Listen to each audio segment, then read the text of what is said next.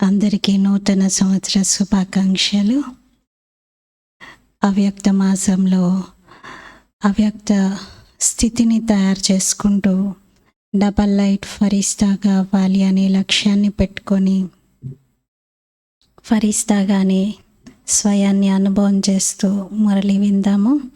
బాబా మన ఫరిస్తా స్వరూపాన్ని ఇంకా తన సమానంగా తయారు చేయటానికి అనేక జ్ఞాన అలంకరణలను పిల్లలకు ఈరోజు ఇచ్చారు. దివ్య గుణాల ధారణ చేయమని చెప్పారు. మరి ఒక్కొక్క వాక్యాన్ని బాబా నన్ను అలంకరిస్తున్నారు అనే భావనతో విందాము. 1 जनवरी 2024। मीठे बच्चे, तुम राज ऋषि हो। तुम्हें राजाई प्राप्त करने के लिए पुरुषार्थ करना है। साथ साथ दैवी गुण भी जरूर धारण करने हैं। మధురమైన పిల్లలు, మీరు రాజ ఋషులు. మీరు రాజ్యాన్ని ప్రాప్తించుకునేందుకు పురుషార్థం చేయాలి. తోడుగా దైవీ గుణాలను కూడా తప్పనిసరిగా ధారణ చేయాలి. మధురమైన పిల్లలు, మీరు రాజ ఋషులు. రాజ్యాన్ని ప్రాప్తించుకునేందుకు ఋషిలాగా పురుషార్థం చేయాలి. దాంతోపాటుగా దైవీ గుణాలని కూడా ధారణ చేయాలి. రాజుగా అవ్వాలంటే ముందు ఋషిగా అవ్వాలి. సంపూర్ణ పవిత్రత ధారణతో, అనంతమైన వైరాగ్యంతో తపస్య చేయాలి. అన్ని దైవీ గుణాల ధారణ కూడా చేయాలి. ప్రశ్న, ఉత్తమ పురుష్ బన్నే కా పురుషార్థ క్యా హై? ఉత్తమ పురుషులుగా అయ్యేటువంటి పురుషార్థం ఏమిటి? ఏ విషయంలో చాలా అటెన్షన్ ఇవ్వాలి? ఉత్తమ పురుషులుగా అయ్యేందుకు పురుషార్థం ఏమిటి? ఏ విషయంలో చాలా అటెన్షన్ ఇవ్వాలి? చదువుపై పూర్తిగా శ్రద్ధ పెట్టాలి. ఆజ్ఞానుసారంగా నడవాలి. బాబా చెప్పారు, ఉత్తమ పురుషులుగా అవ్వాలి అనుకుంటే చదువుతో ఎప్పుడూ అలగకూడదు. చదువులో గొడవ పెట్టుకోవడం, పోట్లాడుకోవటం, వీటన్నిటితో సంబంధమే లేదు చదువుకి వీటికి. చదువుకుంటే రాసుకుంటే నవాబ్ అవుతారు. కాబట్టి స్వ ఉన్నతి యొక్క ఆలోచన ఉండాలి. నడవడికపై చాలా అటెన్షన్ ఇవ్వాలి. దేవతల సమానంగా అవ్వాలి. నడవడిక చాలా రాయల్గా ఉండాలి. చాలా మధురంగా అవ్వాలి. నోటితో ఎప్పుడూ మధురమైన మాటలే వెలువడుతూ ఉండాలి. అందరికీ మధురంగా అనిపించాలి. ఎవరికీ దుఃఖాన్ని ఇవ్వకూడదు. ఉత్తమ పురుషులుగా అయ్యేందుకు బాబా యుక్తి వినిపిస్తున్నారు. చదువు మానకండి. ఎవరితోనో గొడవ జరిగింది, ఎవరో నన్ను ఏదో అన్నారు, సేవలో నన్ను ముందు పెట్టలేదు అని చదువు మానేయకండి. మీరు చదువుకుంటే రాసుకుంటే నవాబ్ అవుతారు. మీరు ఇప్పుడు చదువునే మానేస్తే అదృష్టం అంతా ఆగిపోతుంది అక్కడికి. అందుకే చదువు చాలా ముఖ్యం. అంటే మురళి సామూహికంగా అందరూ క్లాస్లో కూర్చొని వినడం అవసరం. చదువు మానేయడము అంటే కొందరు ఏంటంటే క్లాస్కి రావడం మానేస్తారు, ఇంట్లో వింటుంటారు. అది కూడా ఒక రకంగా చదువు మానేయడం లాంటిదే. మరి అప్పటి వరకు మీ ధారణ మంచి విద్యార్థిగా ఉన్నటువంటిది ఒక్కసారిగా ఆగిపోయినట్లు కదా. ఒక వ్యక్తి కారణంగా, ఒక విషయం కారణంగా, చిన్న గొడవ కారణంగా. మరి అందుకే బాబా చదువు ఎప్పుడూ వదిలిపెట్టకండి అంటున్నారు. మీ నడవడిక చాలా రాయల్గా ఉండాలి. దేవతల సమానంగా ఉండాలి. చాలా మధురత ఉండాలి. ఓం శాంతి. మధురాతి మధురమైన ఆత్మిక పిల్లల విషయంలో తండ్రి స్వయంగా అర్థం చేయిస్తున్నారు మరియు అడుగుతూ ఉన్నారు, మీ బుద్ధికి ఒక గమ్యం ఉందా? ఎక్కడుంది? బుద్ధి ఎక్కడ స్థిరంగా ఉండగలుగుతుంది? మనుషుల బుద్ధి అయితే భ్రమిస్తుంది. ఒక్కో చోట ఒక్కోసారి ఒక్కో రకంగా తిరుగుతూ ఉంటుంది. బాబా అర్థం చేయిస్తున్నారు, మీ బుద్ధి యొక్క భ్రమించుట సమాప్తమైంది. మీ బుద్ధిని ఒక స్థిరమైన గమ్యంపై పెట్టండి. బుద్ధిని ఎక్కడ పెట్టాలి అన్న ఆలోచన లేదు, ఇంకా బాబా పైనే నిలవాలి. ఇంకా ఇంటి పరంధామం ఇంటినే జ్ఞాపకం చేయాలి, బాబాయే గుర్తు రావాలి. మనకి అడ్రస్ క్లియర్గా ఉంది, ఇక్కడ అక్కడ అని భ్రమించే అవసరం లేదు. బేహద్ తండ్రిని జ్ఞాపకం చేయాలి. ఇక్కడ ఆత్మిక పిల్లలకి తెలుసు, ఇప్పుడు ప్రపంచమంతా తమో ప్రధానంగా ఉంది. ఆత్మలు సతో ప్రధానంగా ఉండేవారు నంబర్ వారి పురుషార్థం అనుసారంగా. ఇప్పుడు తమో ప్రధానంగా అయ్యారు. బాబా అంటున్నారు, సతో ప్రధానంగా అవ్వాలి కాబట్టి మీ బుద్ధిని నాతో జోడించండి. ఇప్పుడు తిరిగి ఇంటికి వెళ్ళాలి. ఇంకెవరికి ఈ విషయాలు తెలియదు. ఇంటికి వెళ్ళాలి అన్న మాట కూడా ఎవరి నుండి రాదు.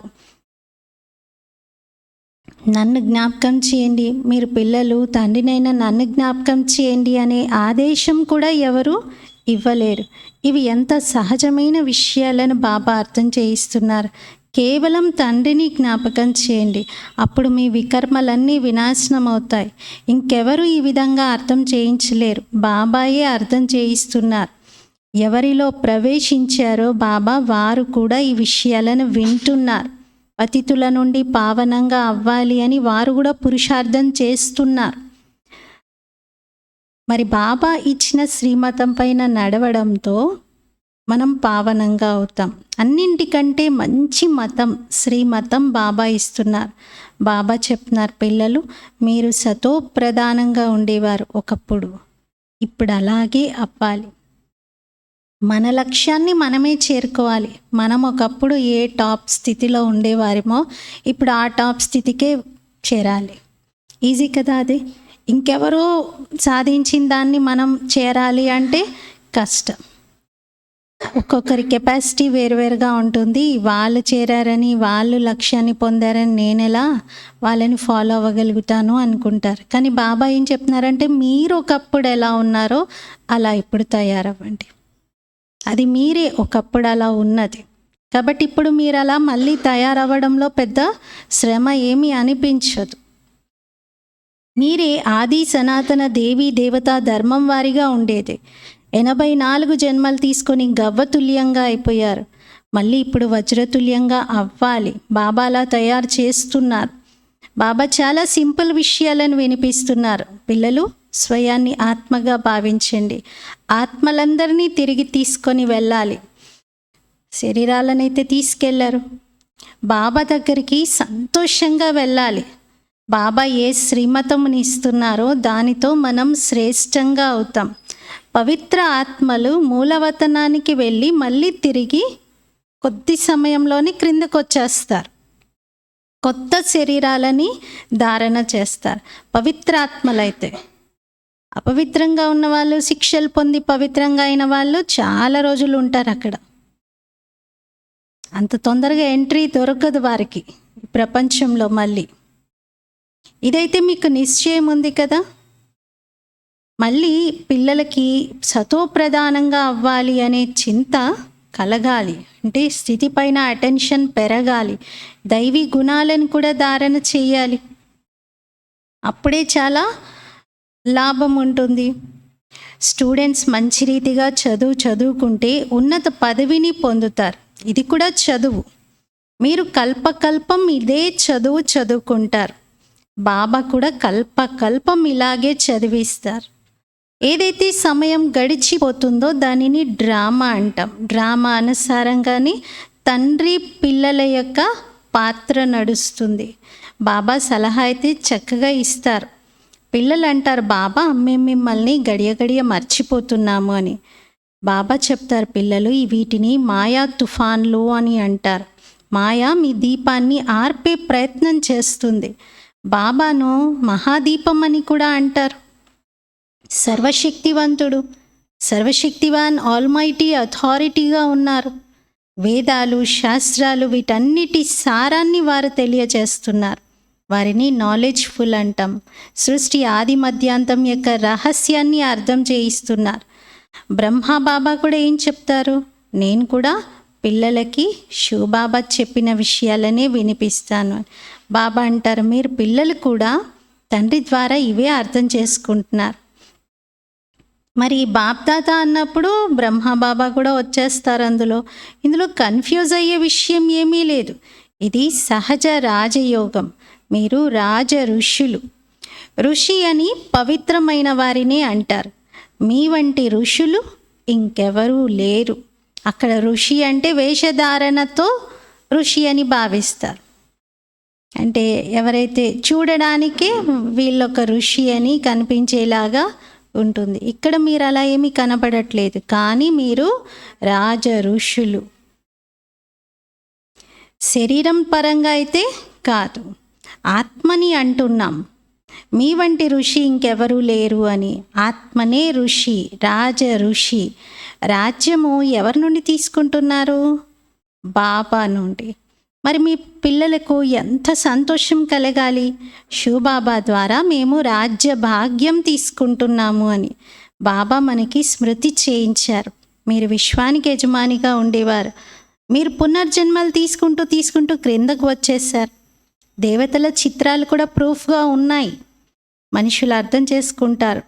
కొందరు పవిత్రమైన వారు లేదా మంచి ధారణ ఉన్నవాళ్ళు చనిపోతే వారి జ్యోతిలో కలిసిపోయింది అంటారు. ఇప్పుడు బాబా అర్థం చేయిస్తున్నారు, ఏ జ్యోతి నాలో కలవదు. మనుషుల జ్యోతిలో కలవడం అలా ఉండదు అంటున్నారు. ఎవరు జీవన్ముక్తిని పొందలేరు. రోజంతా లోపల విచార సాగరం అంతన నడుస్తూ ఉండాలి. ఎంత జ్ఞాపకం చేస్తే అంత సంతోషం కలుగుతుంది. చదివించే వారిని చూడండి ఎలా ఉన్నారో. శ్రీకృష్ణుణ్ణి లార్డ్ కృష్ణ అని అంటారు. భగవంతుణ్ణి లార్డ్ అని అనరు, గాడ్ అని అంటారు. గాడ్ ఫాదర్ అంటారు కదా భగవంతుణ్ణి. అయితే వారు హెవెన్లీ గాడ్ ఫాదర్. మీకిప్పుడు హృదయంలో అనిపిస్తుంది, హెవెన్లీ గాడ్ ఫాదర్ హెవెన్ అనగా దైవీ రాజధానిని స్థాపన చేయడానికి వచ్చారు అని. సత్యుగంలో ఇంకొక ధర్మమే ఉండదు. చిత్రాలలో ఈ దేవీ దేవతలను చూపించారు. మరి ఆది సనాతన దేవీ దేవతా ధర్మం అని అంటారు. వీరు విశ్వానికి యజమానిగా ఉండేవారు. వారిని సత్యయుగి అంటారు. మనల్ని సంగమయుగి అంటారు. మీకు తెలుసు కదా, మనము బాబా ద్వారా రైటియస్గా అవుతున్నాం. రైటియస్గా అయ్యే జ్ఞానాన్ని, మార్గాన్ని అందరికీ తెలియజేస్తున్నాం. వికారిగా ఉన్నవారిని అన్రైటియస్ అంటారు. దేవతలు పవిత్రులు. లైట్ కూడా పవిత్రమైన వారికి చూపిస్తారు, వారి తల వెనకాల ప్రకాశాన్ని. అన్రైటియస్ అంటే ఒక్క అడుగు కూడా రైట్గా లేకపోవటం. శివాలయం నుండి వేశ్యాలయానికి వచ్చేసారు. ఈ విషయాలు ఇతరులు ఎవరు అర్థం చేయించలేరు. ఎప్పటి వరకు మీకు బాబా పరిచయం మంచి రీతిగా అర్థం అవ్వదో అప్పటి వరకు హెవెన్లీ గాడ్ ఫాదర్ నుండి హెవెన్ వారసత్వం తీసుకోలేరు. హెవెన్, హెల్ రెండు ఉన్నాయి కదా. హెవెన్ అంటే స్వర్గం, హెల్ అంటే నరకం. సుఖము, దుఃఖము. మీకు తెలుసు, భారతదేశంలో సుఖం ఉండేది, ఇప్పుడు దుఃఖం ఉంది. ఇప్పుడు బాబా వచ్చి సుఖం ఇస్తున్నారు. ఇప్పుడు దుఃఖం సమయం సమాప్తమైంది. బాబా పిల్లలకు సుఖం యొక్క కానుకని ఇస్తూ తీసుకెళ్తున్నారు. అందరికీ సుఖాన్ని ఇస్తూ ఉన్నారు. అందుకే కదా అందరూ కలిసి ఆ తండ్రిని ప్రార్థిస్తారు, పూజిస్తారు, ఇంతగా ఆరాధిస్తున్నారు. బాబా పిల్లల కోసం చాలా గొప్ప కానుకను తీసుకొని వచ్చారు. అందరికీ బాబా ఇస్తున్నారు. సన్యాసి, ఉదాసీలు కూడా తపస్సు చేస్తూ ఉంటారు. వాళ్ళు కూడా ఏదో ఒక ఆశ అయితే తప్పకుండా పెట్టుకుంటారు కదా. సత్యుగంలో అయితే అలా ఎవరూ సాధన చేసేది ఉండదు. అక్కడ ఇతర ధర్మాల వారే ఉండరు. మీరిప్పుడు పురుషార్థం చేస్తున్నారు అలాంటి ప్రపంచం, కొత్త ప్రపంచానికి వెళ్ళేందుకు. మీకు తెలుసు కదా, అది సుఖధామం. ఒకటేమో శాంతిధామం, ఇదేమో దుఃఖధామం.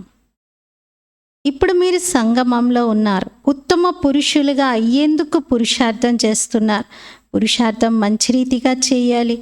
చదువులో ఎప్పుడూ అలగకూడదు. ఎవరితోనైనా మీకు పడటం లేదు అంటే చదువు మానేయకూడదు. చదువుకోవడంతో మరియు పోట్లాడుకోవడం గొడవ పడడంతో ఏమీ సంబంధమే లేదు అంటున్నారు. దానికి దీనికి కలపకూడదు అలా. ఇంకా నాకు ఇలా ఈరోజు ఇలా అన్నారు కదా, రేపటి నుండి నేను రాను, ఇంకా అలా ఉండకూడదు అంటున్నారు.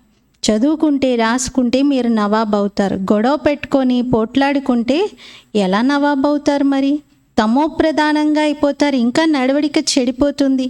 ప్రతి ఒక్కరూ తన ఉన్నతి గురించి ఆలోచించుకోవాలి కదా.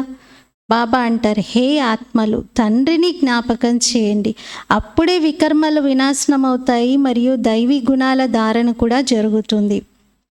ఒకవేళ లక్ష్మీనారాయణుల్లాగా కావాలి అనుకుంటే మరి బాబానే కదా వాళ్ళకి అలా ట్రైనింగ్ ఇచ్చింది. మరి బాబా చెప్పినట్టుగా నడుచుకోవాలి అంటున్నారు. మీరే రాజ్యం చేసేవారు, ఇప్పుడు మీరే అలా తయారవ్వాలి.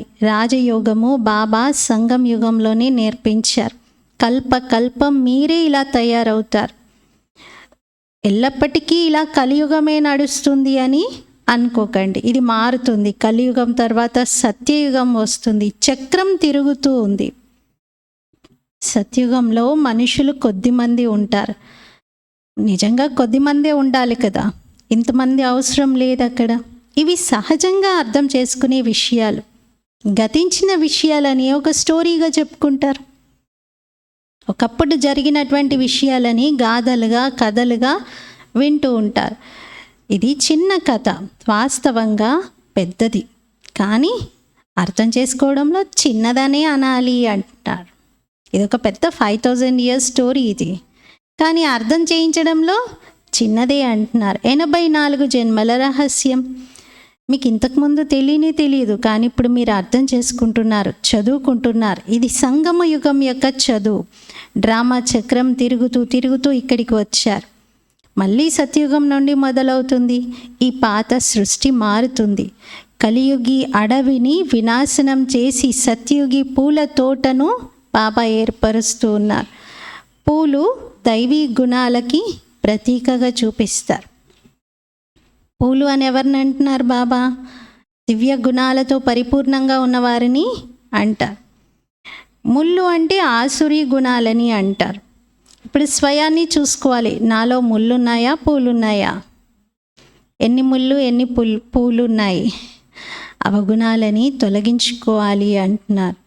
ఇప్పుడు మనం దేవతలుగా అయ్యేందుకు యోగ్యంగా అవుతున్నాం. మరి దైవీ గుణాల ధారణ చెయ్యాలి. తండ్రి టీచర్ సద్గురువుగా అయి చదివిస్తూ ఉన్నారు. క్యారెక్టర్ని మార్చుకోవాలి అంటున్నారు. మనుషులు అంటారు అందరి క్యారెక్టర్స్ ఇలాగే ఉన్నాయి, అందరి క్యారెక్టర్స్ చెడిపోయాయి కదా అని.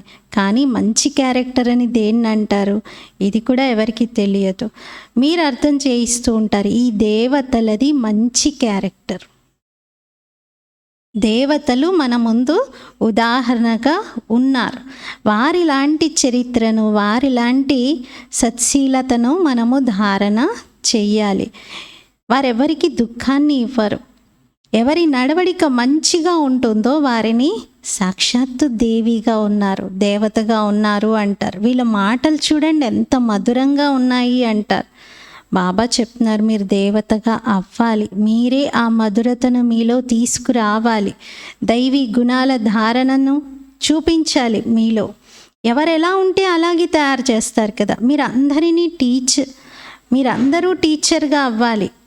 ఎందుకంటే టీచర్ పిల్లలు మీరు కూడా టీచర్ అవ్వాలి. మీరు పాండవ సైన్యం అన్నారు. పండాల పని ఏంటి? అందరికీ దారి చూపించటం, దైవీ గుణాలను ధారణ చేయాలి, చేయించాలి. గృహస్థ వ్యవహారంలో కూడా ఉండాలి. ఇంట్లో ఉంటూ కూడా సేవ చేయాలి. ఎవరైతే వస్తారో వాళ్ళకి టీచ్ చేయాలి, చదివించాలి. ఇలా ఎంతోమంది ఉన్నారు. ఇంట్లో గీతా పాఠశాలను తెరిచి చక్కగా సేవ చేస్తూ ఉంటారు. అందరూ వచ్చేసి ఇక్కడే కూర్చోవాలి అంటే మరి అందరూ రాలేరు. కన్యల గురించి అయితే బాబా చాలా సహజంగా చెప్తారు. ఒక 2 మాసాలైనా మొత్తం అంతటికీ చక్కెర కొట్టి తర్వాత మళ్ళీ ఇంటికి వెళ్తారు. ఇంటి యొక్క సన్యాసం అయితే చేసేది లేదు. మీరు ఇంట్లో పిలుపు వచ్చినట్లయితే తప్పకుండా వెళ్ళండి. బాబా వద్దని అనట్లేదు, కానీ సమయం తీయండి, పూర్తిగా తీయండి. మీరు తీసి సేవలో ఉండండి. ఇంట్లో నుండి పిలుపు వచ్చిందంటే బాబా పంపిస్తారు. కన్యల విషయం బాబా ప్రత్యేకంగా చెప్తున్నారు. ఇందులో ఎటువంటి నష్టపోయే విషయం లేదు. ఇంకా మీకు ఉమంగం, ఉత్సాహం కలుగుతుంది. మేము ఇంకా చురుకుగా అయిపోయాము అనిపిస్తుంది. ఇంట్లోని వారిని కూడా తమ సమానంగా తయారు చేసి మీ తోడుగా తీసుకెళ్ళాలి. ఇలా ఎంతోమంది ఉన్నారు, ఇంట్లో ఉంటూ సేవ చేస్తారు, చాలా చురుకుగా అవుతారు. బాబా ముఖ్యమైన విషయాలను అర్థం చేయిస్తున్నారు. స్వయాన్ని ఆత్మగా భావించండి. నన్ను తండ్రిని జ్ఞాపకం చేయండి. స్వ ఉన్నతి చేసుకోవాలి. ఇంట్లో ఉండేటువంటి వారు కొందరు ఇక్కడ ఉండేవారి కన్నా చాలా మంచి ఉన్నతిని చేసుకుంటూ ఉన్నారు. బాబా ఎప్పుడు ఎవరిని వద్దని అనటం లేదు. ఇంటికైతే వెళ్ళండి. ఇంట్లో పిలుపు వచ్చింది లేదా ఇంట్లో అవసరం ఉంది అంటే వెళ్ళండి. వారి కళ్యాణం కూడా చెయ్యండి. ఎవరైతే కళ్యాణం చేసే అలవాటు కలిగి ఉంటారో వారు ఎక్కడికి వెళ్ళినా, సందర్భం ఏదైనా, ఇంకా అందరి కళ్యాణం చేయకుండా ఉండలేరు. అలవాటైపోతుంది అలా వారికి. జ్ఞానయోగాలు పూర్తిగా ఉంటే ఎవరు మిమ్మల్ని అవమానించలేరు. యోగం లేకపోతే మాయ యొక్క చెంపదెబ్బ తగులుతుంది. ఎవరైతే గృహస్థ వ్యవహారంలో ఉంటూ కమల పుష్ప సమానంగా అవుతారో వారిని అందరూ గౌరవిస్తారు. బాబా అయితే ఫ్రీడమ్ ఇస్తున్నారు. పిల్లలు పర్వాలేదు, ఇంట్లో ఉండండి. అందరూ వచ్చేసి ఇక్కడే కూర్చొని బాబా మేము సమర్పణం అవుతామంటే మీ బాధ్యతలను ఎవరు చూసుకోవాలి? మరి ఎంతమంది అయితే వస్తారో అంతమందికి ఇల్లు కట్టించాలి కదా. మరి ఇక్కడ కల్పక్రితం కూడా జరిగింది, ఇప్పుడు రిపీట్ అవుతుంది. పిల్లలు వృద్ధి చెందుతూ ఉంటారు. డ్రామా బిగర్ కుచ్ హోనే కా నహీ హై. డ్రామాలో లేనిదేమీ జరిగేది లేదు.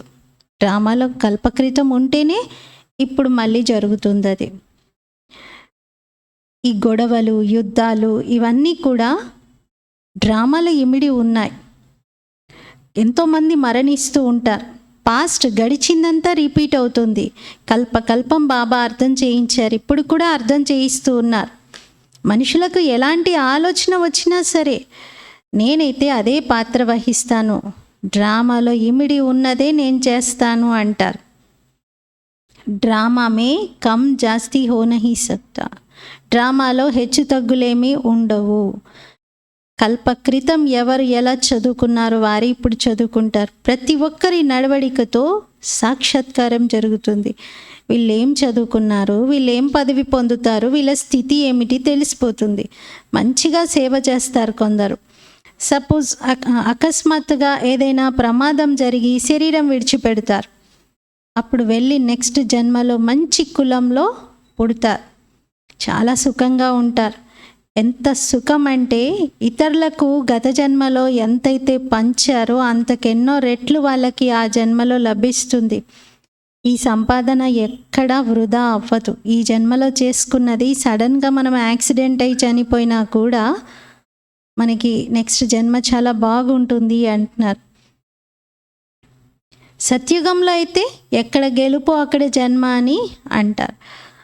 చాలామందికి సుఖం ఇచ్చి ఉంటే గోల్డెన్ స్పూన్ ఇన్ మౌత్ లభిస్తుంది. అంటే పుట్టగానే బంగారు చెంచాతో పాలు తాగిస్తారు. ఒకవేళ కొంచెం తక్కువ అంటే సరే పర్వాలేదు వెండి చెంచాలేండి అంటున్నారు. గోల్డ్ కాదు, సిల్వర్. ఉస్సే కమ్ తో పీతల్ కా మిలేగా. అంతకన్నా తక్కువ పురుషార్థం అనుకోండి, ఇక కాపర్ స్పూనే అంటున్నారు. ఏ స్పూన్ తీసుకోవాలి మరి? Golden spoon. అర్థమవుతుంది కదా మా యోగం ఎలా ఉంది, నా పురుషార్థం ఎలా ఉంది, నా ధారణ ఎలా ఉంది. దాన్ని బట్టి మనకు ఫస్ట్ స్పూన్ లభించేది ఉంటుంది. అందుకని బాబా అన్న రాజా రాణిగా అయ్యే పురుషార్థం చెయ్యాలి. ప్రజలుగా అవ్వడం ఏముంది, దానికి ఒక పురుషార్థమా? ప్రజలుగా అవ్వడానికి ఎంతోమంది ప్రజలుగా అవుతారు. పురుషార్థం అనేది రాజా రాణిగా అవ్వడానికి చెయ్యాలి. మంచి రీతిగా చదువుకోకపోతే, దైవీ గుణాలను ధారణ చేయకపోతే పదవి తగ్గిపోతుంది. మంచి చెడు కర్మలైతే చేసినటువంటివి ఎక్కడికి పోవు కదా, కనబడతాయి.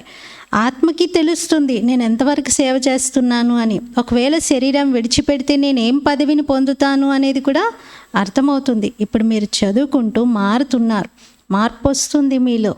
కొందరు చెడిపోతే ఏమంటారు, వీళ్ళ అదృష్టంలో లేదు ఇంకా అంటారు. బాబా అయితే ఉన్నతంగా తయారు చేస్తున్నారు. సాయి ఇంటి నుండి ఎవరు ఖాళీగా వెళ్ళరు. అంటే భగవంతుని ద్వారం నుండి ఏదో ఒక ప్రాప్తి అంచలి అయినా తీసుకొని వెళ్తారు తప్ప ఏమీ లేకుండా ఖాళీగా వెళ్ళరు. ఇప్పుడు ఆ సాయి మీ సన్ముఖంగా ఉన్నారు. మీరు 2 అక్షరాలైనా వినిపించండి, ప్రజల్లో వచ్చేస్తారు. దేవి దేవతా ధర్మం వారు ఇప్పటి వరకు ఇంకా వస్తూనే ఉన్నారు. కానీ ఇప్పుడు పతితంగా అయిన కారణంగా స్వయాన్ని హిందూగా చెప్పుకుంటున్నారు.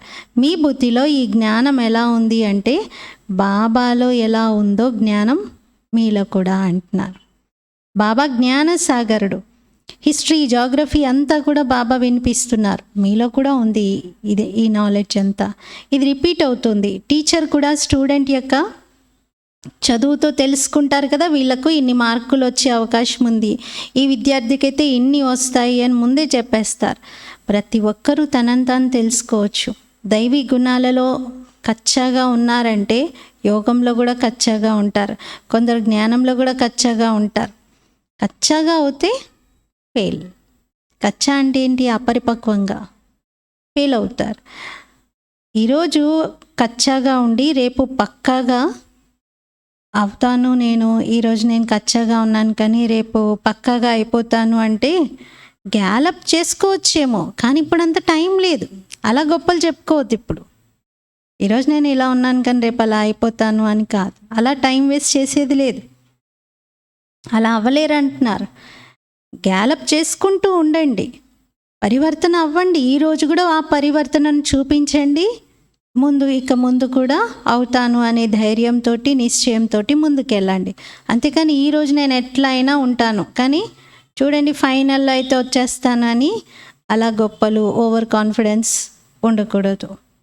బాబా స్మృతిని కలిగిస్తూ ఉన్నారు. ఒకవేళ దేహాభిమానం ఉంది అంటే ఇంకేం నేర్చుకుంటారు, ఏం నేర్పిస్తారు? నేర్చుకోవాలి, చురుకుగా అవ్వాలి. ఫలానా వారు మాకన్నా ముందుకెళ్ళారు, చాలా మంచి పురుషార్థం చేస్తున్నారు, నేను కూడా చెయ్యాలని స్ఫూర్తిగా తీసుకోవాలి. కొంతమందికి అయితే అనిపిస్తుంది నేను ఫెయిల్ అయిపోతాను అని. మరి గ్యాలప్ చేసుకునే పురుషార్థం చెయ్యాలి. మే ఆత్మహు ఏతో ఏకదం పక్కా కర్తో. నేను ఆత్మను అనే విషయాన్ని అది 100% పక్కా అయిపోవాలి. బాబా గుర్తు చేయిస్తూ ఉన్నారు. బాబా అంటారు, నన్ను జ్ఞాపకం చేయండి, వికర్మలు వినాశనం అవుతాయి. దైవీ గుణాలను కూడా ధారణ చేయండి. మీ నాడిని చూసుకోవాలి, నేను ఎంతవరకు యోగ్యంగా తయారయ్యాను అని. ఇప్పుడు మీరు ఆది మధ్యాంత జ్ఞానం తీసుకుంటున్నారు. రాజయోగం యొక్క జ్ఞానం బాబా తప్ప ఎవరు ఇవ్వలేరు. పిల్లలే నేర్చుకుంటున్నారు. అడుగుతారు, ఈ కులం యొక్క బ్రాహ్మణులు ఎంతమంది ఉన్నారు అని. మరి పూర్తిగా ఎలా చెప్పగలుగుతాం? ఎవరైనా అలా అడిగితే ఎంతమంది బ్రాహ్మణులు ఉన్నారు ఈ కులానికి చెందినవారు అంటే? ఎందుకంటే కొందరు ఈరోజు వస్తారు, రేపు వెళ్ళిపోతారు. ఇప్పుడు కొత్త వాళ్ళు ఎంతోమంది తయారవుతూ ఉంటారు. अच्छा, मीठे मीठे सिकिलते बच्चों प्रति माता पिता बाप दादा का याद प्यार और गुड मॉर्निंग. रूहानी बाप की रूहानी बच्चों को नमस्ते. हम रूहानी बच्चों की रूहानी बाप दादा को याद प्यार गुड मॉर्निंग और नमस्ते. मेरा बाबा मीठा बाबा प्यारा बाबा शुक्रिया बाबा. ధారణ కోసం ముఖ్య సారము. ఫస్ట్ పాయింట్, దైవీ క్యారెక్టర్ తయారు చేసుకోవాలి. దైవీ గుణాలను ధారణ చేసి స్వకల్యాణం, సర్వుల కళ్యాణం చేసుకోవాలి. అందరికీ సుఖాన్ని ఇవ్వాలి. సెకండ్ పాయింట్, సతో ప్రధానంగా అయ్యేందుకు బుద్ధిని ఒక్క బాబాతో జోడించాలి. బుద్ధిని భ్రమింప చేయకూడదు. తండ్రి సమానంగా టీచర్ అయి అందరికీ సరైన మార్గాన్ని చూపించాలి. ఫస్ట్ పాయింట్లో బాబా సెల్ఫ్ పైన అటెన్షన్, క్యారెక్టర్ని ఇంప్రూవ్ చేసుకోవాలి, అన్ని దైవీ గుణాల ధారణ చేసుకోవాలి అనేది ఈరోజు ఈ సంవత్సరం యొక్క ఆది ఫస్ట్ హోంవర్క్ మనకిది బాబా ఇచ్చేది. దైవీ గుణాలలో పక్కా ఫుల్ మన క్యారెక్టర్ పైన అటెన్షన్. సెకండ్ పాయింట్ బాబా ఏం చెప్తున్నారు, బుద్ధిని భ్రమించకండి. అంటే బుద్ధిని యోగంలో అటు ఇటు తిప్పకండి, ఒక్క బాబా పైనే నిలపండి. वरदान, चलते फिरते अपने द्वारा अष्ट शक्तियों की किरणों का अनुभव कराने वाले फरिश्ता रूप भव. నడుస్తూ తిరుగుతూ తన ద్వారా అష్ట శక్తుల యొక్క కిరణాలను అనుభవం చేయించేటువంటి ఫరిష్తా రూప భవ. నడుస్తూ తిరుగుతూ తన ద్వారా అష్టశక్తుల కిరణాలను అనుభవం చేయించేటువంటి ఫరిష్తా రూప భవ. ఏదైతే చాలా అమూల్యమైనటువంటి మచ్చలేని వజ్రం ఉంటుందో దాని లైట్ ఎదురుగా పెట్టుకుంటే, దాన్ని లైట్ ముందు పెడితే ఆ వజ్రాన్ని భిన్న భిన్న రంగులు కనబడతాయి, చాలా రంగులు వెలువడతాయి. ఎప్పుడైతే మీరు ఫరిష్తా రూపులుగా అవుతారో మీ ద్వారా నడుస్తూ తిరుగుతూ అష్టశక్తుల యొక్క కిరణాల అనుభూతి జరుగుతుంది. కొందరికి మీ నుండి సహన శక్తి యొక్క ఫీలింగ్ కలుగుతుంది, కొందరికి నిర్ణయ శక్తి యొక్క ఫీలింగ్ కలుగుతుంది, కొందరికి ఇంకొకటి అలా శక్తుల యొక్క ఫీలింగ్ మీ నుండి కలుగుతుంది. అంటే ఫ్లాలెస్ డైమండ్గా మీరు తయారైనట్లు మీ నుండి అందరికీ ఈ లైట్, శక్తుల యొక్క లైట్ అనుభూతి అవుతూ ఉన్నట్లు. నడుస్తూ తిరుగుతూ. స్లోగన్, प्रत्यक्ष प्रमाण वह है जिसका हर कर्म सर्व को प्रेरणा देने वाला है. ఎవరి ప్రతి కర్మ సర్వులకు ప్రేరణనిస్తుందో అదే ప్రత్యక్ష ప్రమాణము. ఎవరి ప్రతి కర్మ సర్వులకు ప్రేరణనిస్తుందో అదే ప్రత్యక్ష ప్రమాణం, అంటే ప్రాక్టికల్ ప్రూఫ్. అది జనవరి 2024 అవ్యక్త మాసం కోసం విశేషంగా పురుషార్థం యొక్క పాయింట్స్ ఈరోజు నుండి ఉంటాయి. ఈ జనవరి మాసంలో విశేషంగా సైలెన్స్ యొక్క అనుభూతిని చేసుకుంటూ బ్రహ్మ బాబా సమానంగా డబల్ లైట్ ఫరిష్తాగా అయ్యేటువంటి పురుషార్థం చేయాలి. దీనికోసం రోజు మురళీలో కొన్ని పాయింట్స్ పంపిస్తారు. ఈ పాయింట్స్ జనవరి మాసంలో పత్రపుష్పంలో కూడా ఉంటాయి. అయితే ఇవన్నీ కూడా క్లాస్లో మనం విని ఏకాంతంలో కూర్చొని తక్కువలో తక్కువ 10 నిమిషాలు అవ్యక్త సైలెన్స్ యొక్క అనుభవం తప్పనిసరిగా చేయాలి. రోజంతలో డబల్ లైట్ ఫరిష్తా స్థితిలో ఉంటూ తన శ్రేష్ఠ సంకల్పాల ద్వారా సూచనలతో, బాబా ఇచ్చిన అవ్యక్త ఇషారాలు, అవ్యక్త సూచనలతో కార్య వ్యవహారాలన్నీ చేసుకుంటూ సేవా స్థానాన్ని కూడా సూక్ష్మవతనంగా తయారు చేయాలి. అలాగే అందరూ ఇంటిని కూడా అలా వాతావరణాన్ని తయారు చేసుకోవాలి. మధ్య మధ్యలో పరస్పరం కలుసుకొని ఈ పాయింట్స్ పైన లోతైన ఆత్మిక సంభాషణ చేసుకుంటూ అనుభవాలని పంచుకోండి. మనమందరం డబల్ లైట్ స్థితి, సైలెన్స్ యొక్క గూహ్యమైన అనుభూతిని చేసుకుంటూ పరమాత్మ ప్రత్యక్షతకు నిమిత్తంగా అవుదాం. సో ఈరోజటి పాయింట్, अव्यक्ति साइलेंस द्वारा डबल लाइट फरिश्ता स्थिति का अनुभव करो. अव्यक्त शांति, अव्यक्त साइलेंस द्वारा डबल लाइट फरिश्ता స్థితిని అనుభవం చేయండి. సంగమ యుగంలో విశేషమైన శక్తి సైలెన్స్ శక్తి. సైలెన్స్లో ఉండడంతో డబల్ లైట్ ఫరిష్తా స్థితి సహజంగా తయారవుతుంది. ఈ స్థితిలో ఏ కార్యం కూడా భారంగా అనిపించదు. దీని కొరకు కర్మలు చేస్తూ మధ్య మధ్యలో నిరాకారి మరియు ఫరిష్తా స్వరూపం యొక్క డ్రిల్ చేస్తూ ఉండండి. ఏ విధంగా బ్రహ్మ బాబా సాకార రూపంలో చేశారో మీరు ప్రాక్టికల్గా చూశారు. సదా డబల్ లైట్గా ఉండేవారు. సైలెన్స్ స్థితి ద్వారా ఒక్క సెకండ్లో పిల్లలకి దృష్టిని ఇస్తూ పావనం చేసేవారు. నజర్ సే నిహాల్, బాబా అలా దృష్టితోనే పిల్లల్ని దేహానికి అతీతంగా చేసేవారు. అలా ఫాలో ఫాదర్ చేయండి. అప్పుడు సహజంగానే బాబా సమానంగా తయారవుతారు. ఈరోజు స్వమానము, నేను డబల్ లైట్ ఫరిస్తాను. ఓం శాంతి.